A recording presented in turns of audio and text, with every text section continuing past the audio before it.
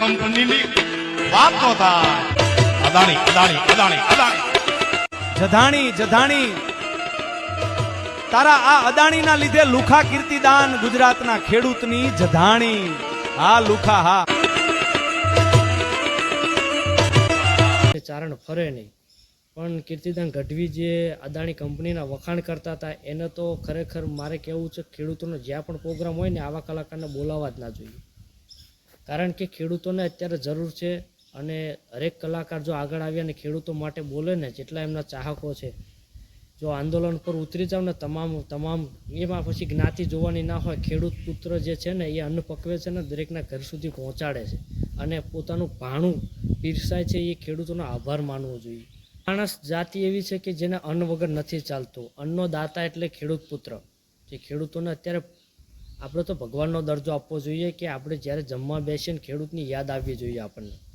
ત્યારે હકાભા ગઢવી જે ખેડૂતો માટે એક પણ રૂપિયો લીધા વગર જે પ્રોગ્રામ કર્યો છે અને ખેડૂતો માટે, ખેડૂતોના હિત માટે જે કાર્ય ડાયરો કર્યો છે એમને, તેમાં ધન્યવાદ છે એવા હકાભા ગઢવીને. કારણ કે એમને 4 મહિના પહેલાં એક ચેલેન્જ લીધી હતી, ચેલેન્જ સ્વીકારી છે કે ખેડૂતોનો એક પણ રૂપિયો નહીં લો, પ્રોગ્રામ જ્યાં પણ હશે ત્યાં ગુજરાતમાં.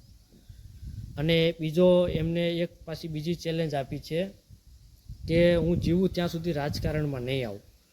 ધન્ય છે આવા ચારણને કે ચારણ બોલ્યા પછી બીજું બોલે ને ચારણ ફરે નહીં.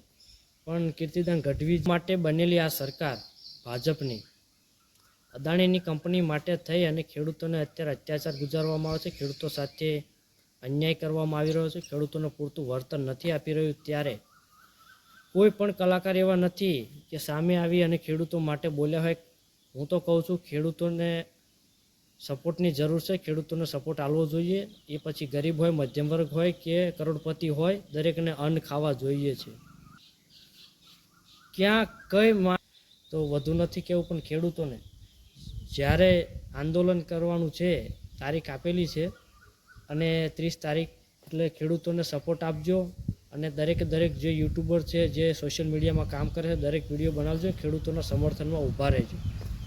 એટલે ખેડૂતોની જીત થાય અને આવનારા સમયમાં જે ખેડૂતોને પૂરતું વળતર નથી મળ્યું તે વળતર મળી જાય. ને જે મુદ્દા લઈ ખેડૂતો ગાંધીનગર સુધી જે લડવાની એક અંદરથી હિંમત લઈ અને નીકળ્યા છે, એમને સપોર્ટ મળે અને પોતાની હિંમતને દાદ આપવો જોઈએ. ખેડૂતો એક થયા છે, ખેડૂતોની એકતાની જરૂર છે, દરેક ખેડૂત એક થવાની જરૂર છે. અત્યારે આજે એક નહીં થાવ તો ક્યારેય નહીં થાવ. ખેડૂતો તમારા માટે અત્યારે એક ચાન્સ છે, અત્યારે સમય છે.